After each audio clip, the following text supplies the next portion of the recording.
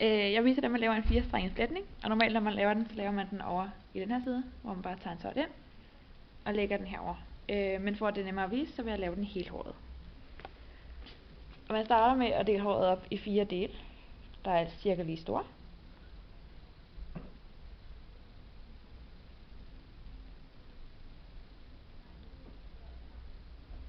Når man har gjort det, så tager man den yderste tot til højre, den kører man over den anden,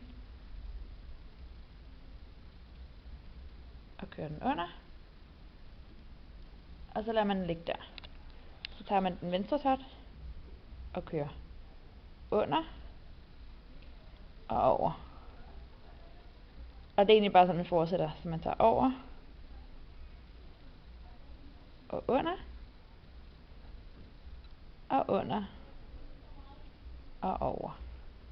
Og det gør man, indtil man når bunden.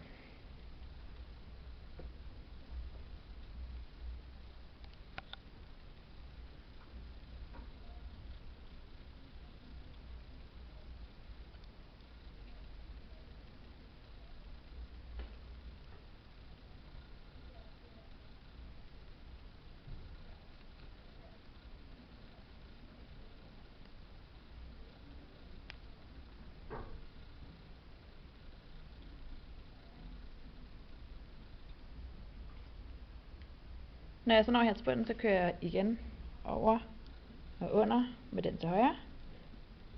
Og så kører jeg under og over. Og så holder jeg dem her. Så har jeg stadig 4 tørre. Så har jeg den, der ligger anden yderst til venstre. Den er kørt lige ned igennem hele vejen. Så den skal holdes for sig selv, men de andre 3 samler man i højre side.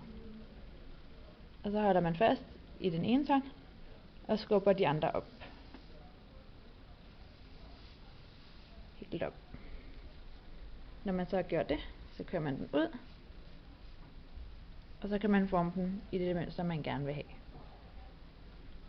Den skal være i. Og det er så, man laver en 4-strengt fletning.